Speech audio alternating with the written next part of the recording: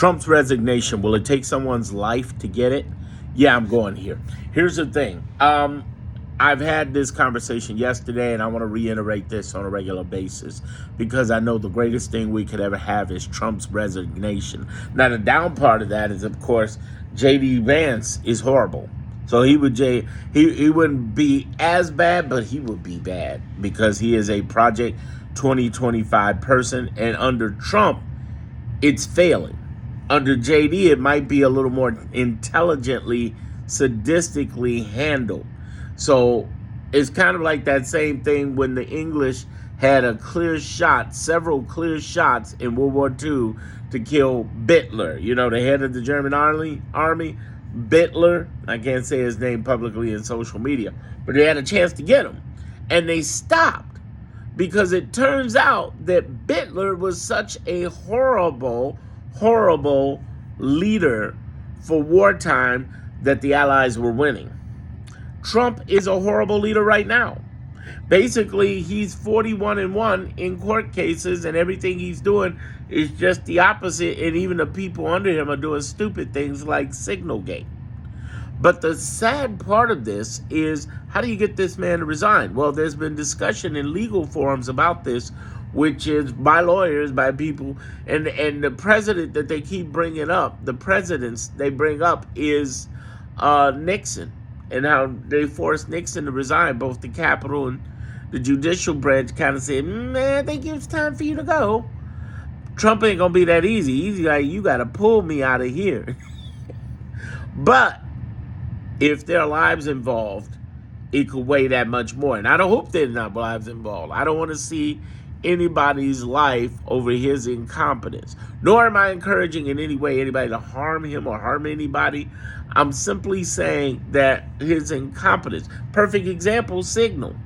If lives had been lost, how much weight would that have weighed on Hegseth and Tulsi Gabbard and J.D. Vance and the director of the CIA, all of them going out the door? How quickly would they have gone out the door behind that? Pretty quick, right?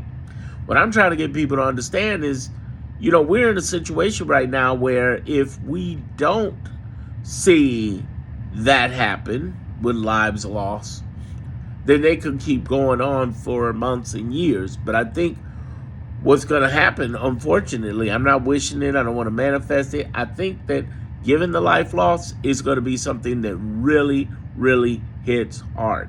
Can he get out after lives lost? Yeah, there's enough pressure. Pressure from who? The same pressure that's being put on Signalgate is coming from the GOP legislators. If they just grow a pair and go out and take this guy on, it would be a totally different thing. What I'm trying to get you to understand is that it will take something extreme for Trump to resign. And I think massive treason, lives lost. Is it possible for that to happen? Sadly to say, yes.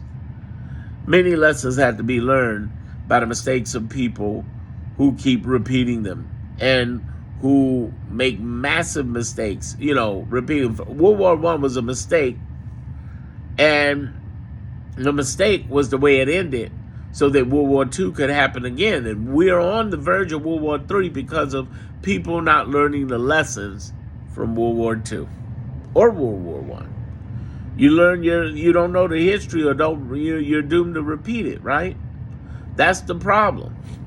So yeah, it may take lives, but the idea, the concept of Trump resigning inside of a year, 365 days, is not a crazy thought. We can always hope and pray, but in the meanwhile, know the truth. 1, he's losing in court.